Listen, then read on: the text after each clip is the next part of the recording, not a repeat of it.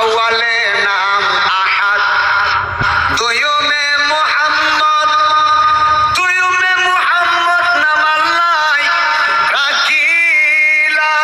সুবহানাল্লাহ কোন। চতুর্থে তারা নিয়া, পঞ্চমে ময়ূর সাজাইয়া, ষষ্ঠ